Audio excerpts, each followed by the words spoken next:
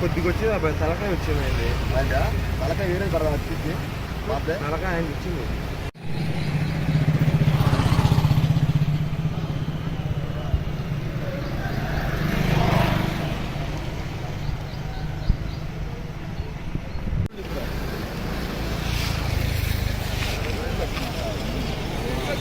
ఉందబ్బా మీరే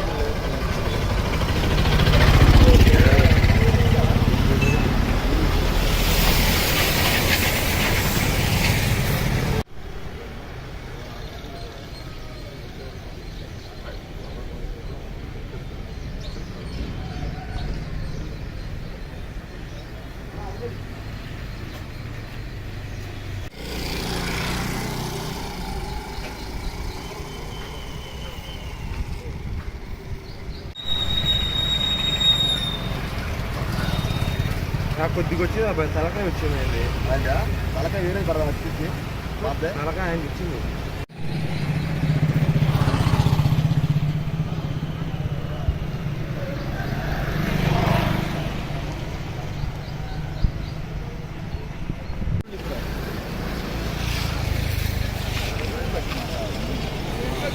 ఉందబ్బా మీరే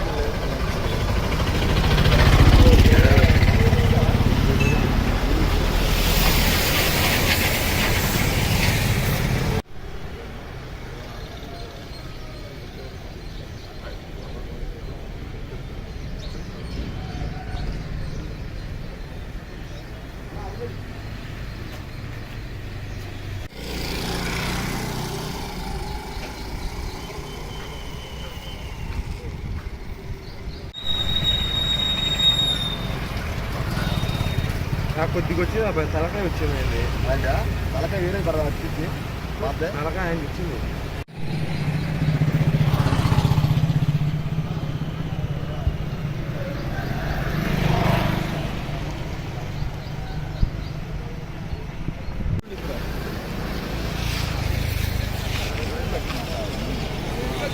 ఉందబ్బా మీరే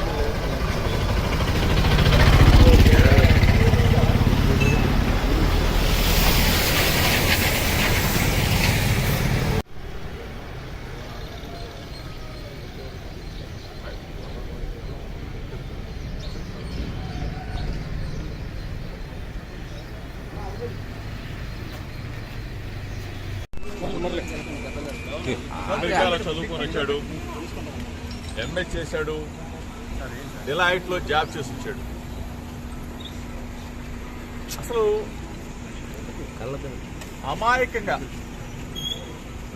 ఎటువంటి తప్పు చేయనటువంటి మా కుటుంబాన్ని నా మీద కక్ష ఉంటే ఉండొచ్చు చంద్రబాబు నాయుడు గారికి, నా మీద కక్ష ఉంటే ఉండొచ్చు లోకేష్కి.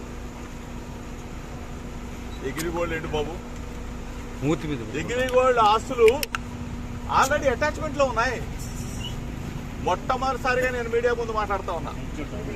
మొట్టమొదటిసారిగా ప్రభుత్వం అధికారంలోకి వచ్చిన తర్వాత మొట్టమొదటిసారిగా మీడియా ముందు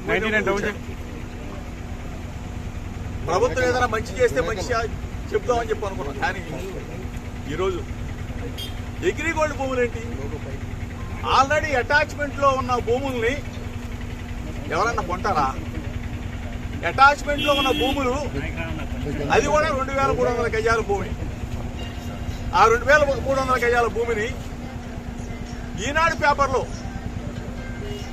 పబ్లిష్ చేసిన తర్వాత మా బాబాయ్ గారు, నా కుమారుడు ఏ విధంగా అయితే మనం కొనుగోలు చేస్తామో అట్లానే కొనుగోలు చేసి రిజిస్ట్రేషన్ చేసుకున్న తర్వాత అది మళ్ళా వేరే వాళ్ళకి అమ్మటం జరిగింది.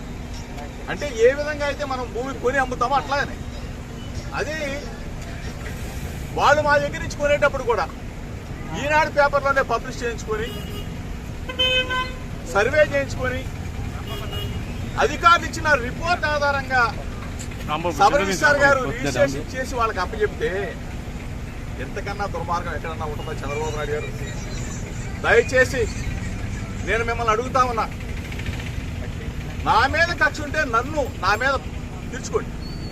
అంటే అభం శుభం తెలియని నా కుమారుడి మీద అమెరికాలో చదివి వచ్చాడు, ఎంఏ చేశాడు, డిలైట్ లో జాబ్ చేస్తున్న నా కుమారుడి మీద మీరు ఈ విధంగా కక్ష తీర్చుకునే కార్యక్రమం చేయటం న్యాయమేనా, మీకు ధర్మమేనా అని అడుగుతా ఉన్నా. దయచేసి ఆలోచన చేసుకుని అడుగుతా ఉన్నా. ప్రభుత్వాలు వస్తూ ఉంటాయి, పోతా ఉంటాయి. మీరు అధికారంలో ఉన్నారు, దయచేసి ఒకసారి ఆలోచన చేసుకోండి. మేము అధికారంలో ఉన్నప్పుడు మీ మీద దాడికి రాలా. దయచేసి మీరు ఆ మైండ్లో కానీ ఆ ఆలోచన కానీ ఉంటే తీసేసుకోండి. ఆనాటి ముఖ్యమంత్రి జగన్మోహన్ రెడ్డి గారి మీద అయ్యన్న పాత్రుడు గారు చేసిన విమర్శల్ని నానా బూతులు తిట్టిన తర్వాత మీ ఇంటికి వచ్చి ఒక పెద్ద మనిషికి నిరసన తెలియజేయడానికి వచ్చాను తప్ప మీకు చెప్తే ఈ వ్యవస్థను మారుస్తారేమో. 40 సంవత్సరాల చరిత్ర ఉన్న రాజకీయ అనుభవం ఉన్న చంద్రబాబు నాయుడు గారు ఒక మంచి చేస్తారేమో, ఒక మంచి ఉద్దేశంతో రాజకీయాలను తీసుకొస్తారేమో అని చెప్పేసి మేము ఆలోచన చేశాం. కానీ దయచేసి ఇటువంటి మార్గాలకి ఒడి కట్టవద్దు చంద్రబాబు నాయుడు గారు. ఇప్పుడు రాజకీయంగా మా మీద కక్ష తీసుకోవచ్చు, రెడ్ బుక్ రాజ్యాంగాన్ని మీరు తీసుకురావచ్చు, మీరు అమలు సూపర్ 6 మీద ఆలోచన చేయండి. ఆ సూపర్ 6 అమలు చేస్తే అందరూ కూడా ఆనందంగా ఉంటారు. అంతేగాని డైవర్షన్ పాలిటిక్స్ చేస్తూ శుభం తెలియని పిల్లల మీద ఏంటి సార్ ఇది? దయచేసి మీకు కూడా పిల్లలు ఉన్నారు, మీకు కూడా పిల్లవాడు ఉన్నాడు. మీ ఇంటికి మా ఇల్లు ఎంత దూరమో మా ఇంటికి మీరు కూడా అంతే దూరం. దయచేసి తెలుగుదేశం పార్టీ యావత్తుకు చెప్తా ఉన్నా, ఒక బలహీన వర్గాల వ్యక్తి జోగి రమేష్ కృష్ణా జిల్లాలో అంచెలంచెలుగా ఎదిగాడు.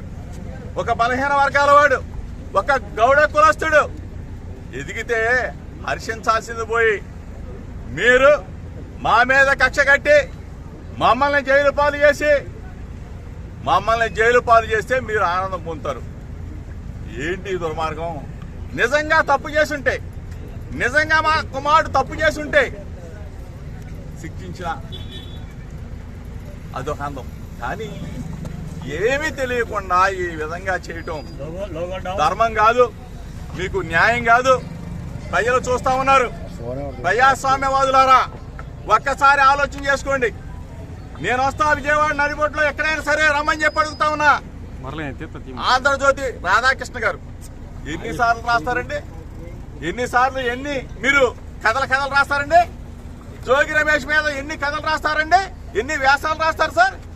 ఈనాడు రామోజీరావు గారు లేరు పాపం, అయినా కానీ ఈనాడు పత్రిక పుంకాలుగా రాస్తాను జోగి రమేష్ మీద.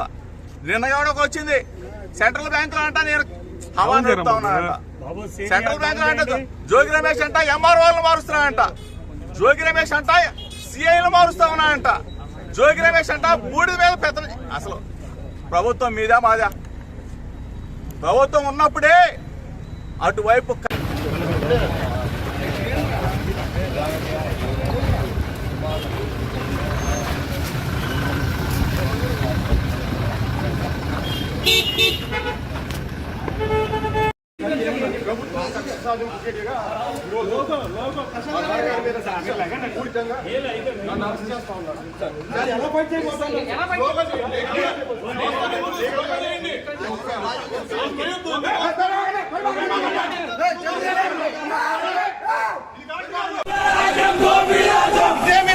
ఇదేమి రాజ్యం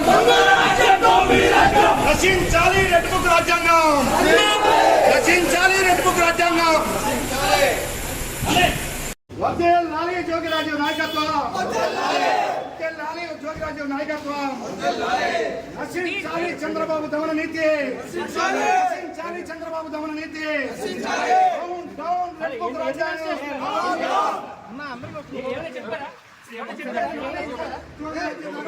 చెప్పండి.